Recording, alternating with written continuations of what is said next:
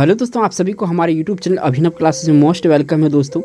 तो दोस्तों ये वीडियो है आपका बिहार दरोगा प्रैक्टिस से जीएस का होगा। ये पहला पार्ट है दोस्तों।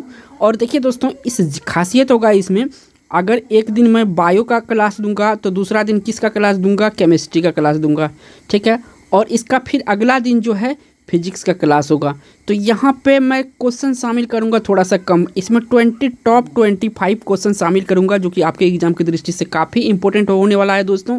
और ये जो मैंने 50 क्वेश्चन का जो जनरल सीरीज चला रखा हूँ आप लोगों के लिए, तो इसका वीडियो तो मिलेगा ही मिलेगा। एक वीडियो तो आप लोग को जरूर मिल रहा है, जैसा कि मैंने आप लोगों से वादा किया था। जैसे ही नोटिफिकेशन आ जाएगा, तो आने वाला है नोटिफिकेशन, मैं नंबर और वीडियो बढ़ा दूंगा। तो दोस्तों देखिए दोस्तों, मैं अब ये प्रत्येक दिन आपको 2 वीडियो करूंगा। एक होगा जनरल क्वेश्चन का, मैं थोड़ा सा इसको डिलीट कर देता हूँ, है ना।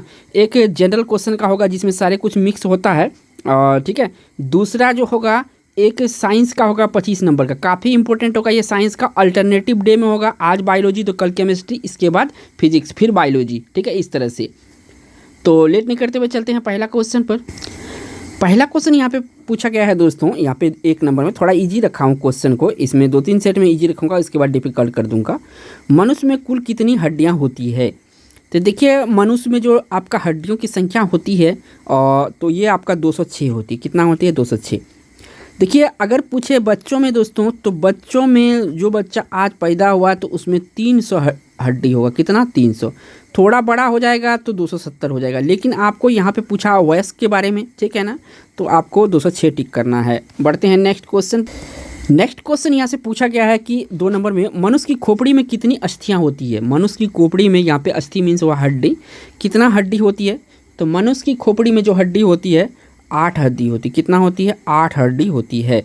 तो याद रखिएगा, यहाँ पे आपका ए ऑप्शन सही है। बढ़ते हैं नेक्स्ट क्वेश्चन पर। नेक्स्ट यहाँ से जो क्वेश्चन पूछा गया है, इसमें पूछा है कि मनुष्य के शरीर में पसलियों के कितने जोड़े होते हैं? मनुष्य के शरीर में पसलियों के कितने जोड़े होते हैं?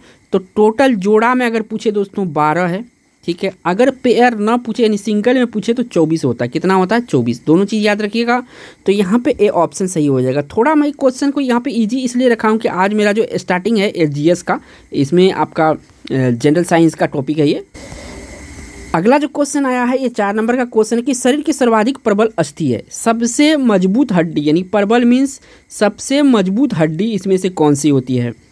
तो सबसे मजबूत हड्डी जो होती है जबड़े की हड्डी होती है। कौन सी? जबड़े की हड्डी होती है। बी ऑप्शन यहाँ पे सही हो जाएगा। बढ़ते हैं आपका नेक्स्ट क्वेश्चन यहाँ से पूछा जा रहा है 5 नंबर में, मानव शरीर की सबसे छोटी हड्डी है। मानव शरीर की सबसे छोटी हड्डी है तो स्टेपिज हड्डी होती है, यानी कान में होती है। और एक कान में 3 होता है, अगर दोनों कान मिलाए दो टोटल कितना होगा? 6। तो पूछ लिया जाता है कि स्टेपेज की संख्या कितना होता है, तो आपको टिक कर देना है 6। बढ़ते हैं नेक्स्ट यहाँ से क्वेश्चन पूछा गया है 6 नंबर में, मानव शरीर की सबसे लंबी हड्डी है। सबसे लंबी पूछा तो यहाँ पे फीमर होगा आंसर, ठीक है ना। फीमर कहाँ की हड्डी होता है? तो ये दोस्तों जांग की हड्डी होता है। कहाँ की? जांग की हड्डी होता है फीमर। बढ़ते हैं आपका नेक्स्ट यहाँ से जो क्वेश्चन पूछा गया है 7 नंबर में कि निम्न में से कौन सा मानव के पैर की हड्डी नहीं है? मानव की पैर, देखिए टिबिया पैर की हड्डी है, फीमर पैर की हड्डी है, फिबुला पैर की हड्डी है। यहाँ पे जो आपका दोस्तों, यहाँ पे जो बी ऑप्शन है ह्यूमरस, ये आपका हथेली का हड्डी होता है। कहाँ का? हथेली का। तो ऑप्शन कौन सा सही हो जाएगा? यहाँ पे बी ऑप्शन सही हो जाएगा। जो ह्यूमरस है ये हथेली की हड्डी है, तो बी ऑप्शन इस क्वेश्चन का राइट आंसर। नेक्स्ट यहाँ से जो क्वेश्चन पूछा गया, देखिए पूछ ही दिया अगला क्वेश्चन कि ह्यूमरस अस्थि कहाँ पाई जाती है? तो देखिए ऊपरी भुजा में पाई जाती है। कहाँ पे पाई जाती है? तो ये आपका ऊपरी भुजा में, हथेली में पाई जाती है, ठीक है ना, हाथ में। तो ये यहाँ पे ऊपरी भुजा होगा। सी ऑप्शन यहाँ पे सही हो जाएगा।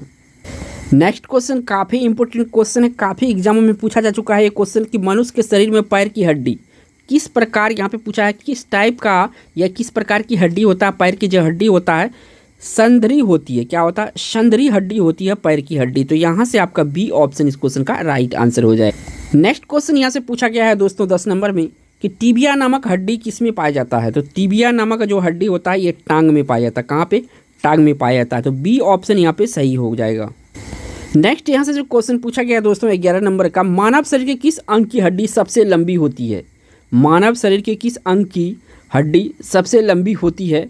तो यहाँ पे देखिए जो जांग का हड्डी होती है ना, जांग का हड्डी जिसे फीमर कहते हैं, ठीक है ना, फीमर, ये सबसे लंबी हड्डी होती है। तो बी ऑप्शन यहाँ पे सही हो जाएगा। बढ़ते हैं नेक्स्ट यहाँ से जो क्वेश्चन पूछा गया है 12 नंबर में, दांत तथा हड्डियों में पाए जाने वाला तत्व है। जो दांत और हड्डी में कौन सा तत्व पाया जाता है? तो कैल्शियम और फॉस्फोरस पाया जाता है। क्या पाया जाता है? कैल्शियम और फॉस्फोरस पाया जाता है। यहाँ से आपका सी ऑप्शन सही हो जाएगा।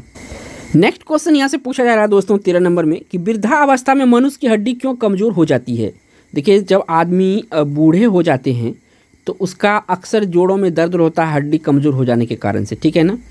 तो इसका मेन कारण होता है कैल्शियम की शरीर में कमी हो जाती है, यानी हड्डी में कमी हो जाती है, इस कारण से इसके हड्डियों कमज़ोर हो जाता है। सी ऑप्शन यहाँ पे सही हो जाएगा। नेक्स्ट यहाँ से जो क्वेश्चन पूछा गया 14 नंबर में, अस्थि में कौन सा लवण सर्वाधिक मात्रा में होता है? जो अस्थि है इसमें सर्वाधिक मात्रा में कौन सा लवण होता है, ये पूछा गया है आपसे। देखिए, किसी भी आंसर आपको पता होगा तो आप कमेंट बॉक्स में दे सकते हैं जवाब कि सर मुझे इतना पता है। तो देखिए, लवण सर्वाधिक मात्रा में कहाँ की हड्डी में होता है? तो ये देखिए, अस्थि में कौन सा लवण सर्वाधिक होता है? तो कैल्शियम जो फॉस्फेट है ये सर्वाधिक होता है। तो ए ऑप्शन यहाँ से सही है। नेक्स्ट क्वेश्चन यहाँ से पूछा जा रहा है, काफ़ी इंपॉर्टेंट क्वेश्चन, काफ़ी जो बच्चे होते हैं कंफ्यूज हो जाते हैं अगर एग्जाम में पूछा जाता है। तो अस्थि एवं पेशियों को आपस में जोड़ता है। यहाँ पे पूछा है अस्थि और क्या पूछा है? अस्थि और पेशियों को जो आपस में जोड़ता है इसे क्या कहते हैं? अस्थि और पेशियों को। तो दोस्तों इसे टेंडन कहा जाता है। क्या कहा जाता है? टेंडन। एक सवाल इसी तरह से आता है कि अस्थियों को जब अस्थियों से जोड़ने वाला जोड़ता है उसे क्या कहते हैं? यानी अस्थियों को अस्थियों से, ठीक है ना, मैं अस्थियों लिख दिया, तो इसको जोड़ने वाला को कहते हैं लिगामेंट। क्या कहते हैं? लिगामेंट। इनके बारे में ज़रा याद रखिएगा क्योंकि ये क्वेश्चन में अक्सर बच्चे कंफ्यूज जाते हैं। हड्डी से हड्डी जोड़ने वाले को लिगामेंट कहते हैं, ठीक है, और अस्थियों एवं पेशियों को जोड़ने वाला को क्या कहते हैं?